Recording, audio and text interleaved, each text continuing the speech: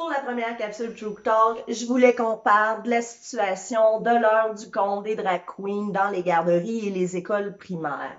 Donc, première chose, j'ai absolument rien contre les drag queens, OK? Je trouve qu'ils font des super bons shows. Où c'est que je me questionne, c'est même pas tant pourquoi qu'ils vont lire le conte aux enfants. Parce que ça, s'il est habillé convenablement, c'est quand même quelqu'un qui va lire un conte à un enfant, là. Tu sais, fait que j'ai pas de problème avec ça. Par contre, qu'on y voit le cul, qu'elle fasse la split puis des mouvements sensuels puis sexuels devant les enfants, je vois pas la pertinence. L'enseignante vient habiller convenablement, il y a moyen de s'habiller de façon colorée, flyée, mais en étant couvert. Tu comprends? On n'a pas besoin d'amener autant de nudité chez nos enfants, je pense pas du tout. OK? Puis là, je m'aperçois dans les réseaux sociaux que la plupart des gens sont de mon avis, que, tu sais, ça n'a pas de bon sens d'exposer nos enfants à ça. Puis moi, je me souviens là, que quand on met nos enfants au monde, ben c'est pour leur offrir le meilleur. OK? Puis on s'entend que présentement, c'est peut-être pas ça dans nos écoles. Ou je comprends pas, si tout le monde n'est pas d'accord, c'est comment ça se fait que ces journées-là où il y a des drag queens, parce que quand tu suis un peu la scolarité de ton enfant ou sa vie à la garderie, tu le sais quand il y a des activités, tu le sais d'avance.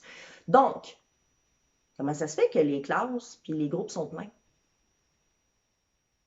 Puis là, vous allez me dire, ouais, mais il faut travailler. Je comprends. Mais quand ton enfant a la gastro, puis qu'il se vide des deux bouts, tu trouves la solution pour le garder à la maison? Ben, ça devrait être la même chose la journée de l'heure du compte des drag queens.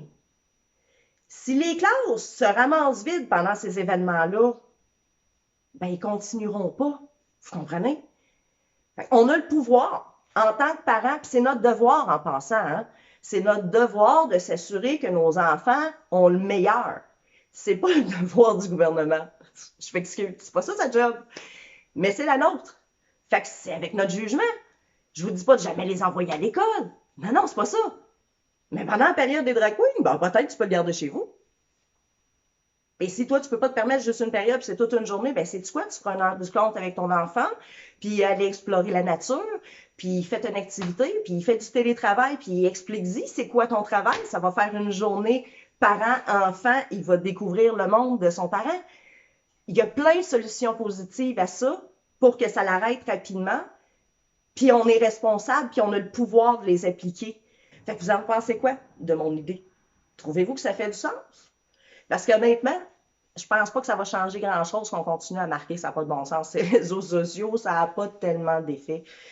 Le gouvernement, il écoute pas ce qu'on écrit là-dessus, il écoute même pas quand on est devant eux autres. Fait que je pense que si on veut que les choses se règlent et que la situation s'améliore pour nos enfants, ben c'est notre responsabilité d'appliquer des actions en cohérence avec nos croyances puis avec la volonté de ce qu'on veut qu'ils soient enseignés à nos enfants. Il ne faut pas oublier que l'école, avant tout, c'est supposé servir à les outiller, pas à les mêler.